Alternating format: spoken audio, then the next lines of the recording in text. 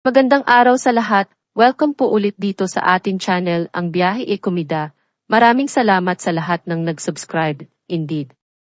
Punta tayo sa atin topic, February 13, 2025, may alluding ba sa Jelly Jam Mauling incident ang mga post ni Carla sa TikTok? Carla Estrada, I win, you lose. Binantayan ng netizens ang social media posts ni Carla Estrada matapos pumutok ang balitang pambubugbog umano ng ex-boyfriend niyang si Jam Ignacio sa fiancé nitong si Die Jelly O. Mukhang hindi naman nagkamali ang netizens dahil sa TikTok ay sunod-sunod ang posts ni Carla na bihira nitong ginagawa. Kapansin-pansin din ang tila pang-uuyam ni Carla sa kanyang mga post. Hinala ng netizens, patama umano ito ng actress kina Jam at Jelly, na nasa gitna ngayon ng kontrobersya dahil sa seryosong usapin tungkol sa physical abuse sa kababaihan. Tumagal ng halos 5 taon ang relasyon ni Jam at Carla, at napabalita ang kanilang breakup noong July 2024. Matapos nilang mag-break, hindi sila nagsalita sa dahilan ng kanilang hiwalayan. Nang sumunod na buwan, August 2024, nagulat ang marami nang mag-post si Jam sa Instagram ng larawan nila ng bago niyang girlfriend na si Jelly. At noong November 2024, sa ika-4 na buwan pa lamang ng kanilang relasyon, nag-propose na ng kasal si Jam kay Jelly.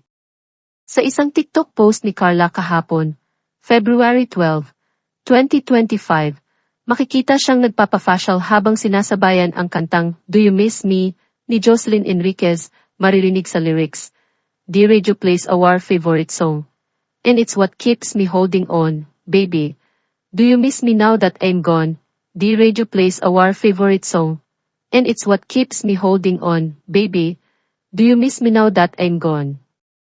Tanong ng isang netizen sa comment section, Momshi Carla, Jelly O po ba name ng nag-facial sayo?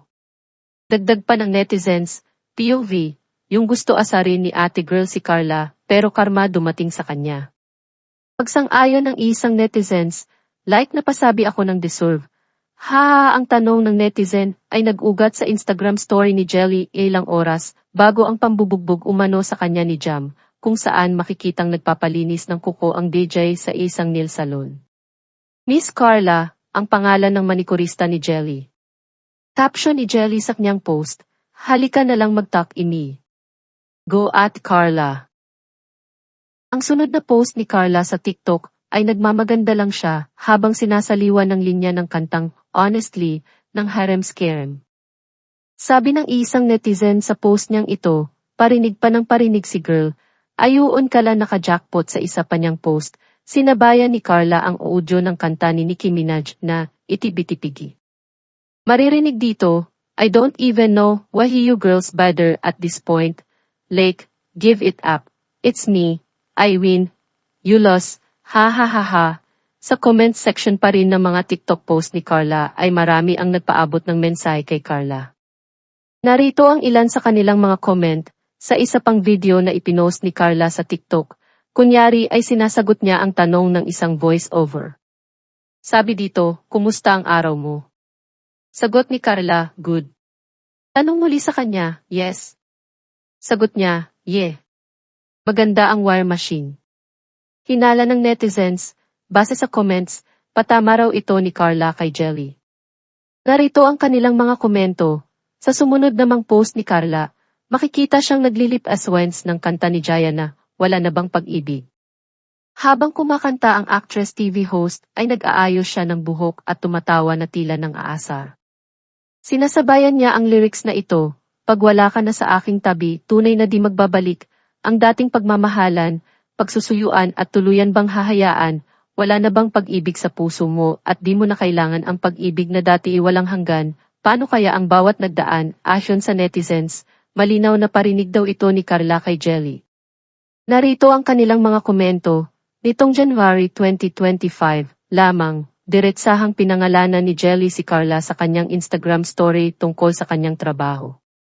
Hindi malinaw kung ano ang biyangang gagalingan ni Jelly, na isang DJ sa isang club. Ngunit pinagsasabihan ito si Carla na huwag siyang guluhin ito. Tila may pang-aasar ding tinawag ni Jelly si Carla na, Mommy. Eksaktong post ni Jelly, Carla Estrada na nahimik ako. Wag mo damay work ko na nahimik ako mommy, hindi nag-react si Carla sa issue. At ngayon, muling naging laman ng balita sina Carla, Jam, at Jelly, dahil sa issue ng ex-boyfriend ni Carla at ng nobya nito. Ayon sa mga kaibigan ni Jelly, nauwi sa bugbugan ang maliit na away ni na Jelly at Jam.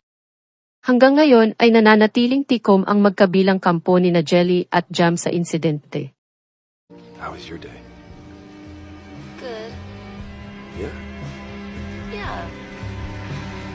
My day was good. Bisitahin ang TikTok ni @Carla_Estrada21 at i-follow ito. At yan ang atin latest showbiz chika update for today. Huwag kalimutan mag-subscribe, click the notification bell for more showbiz chika updates, like and share the video at suportahan po ang atin Facebook page.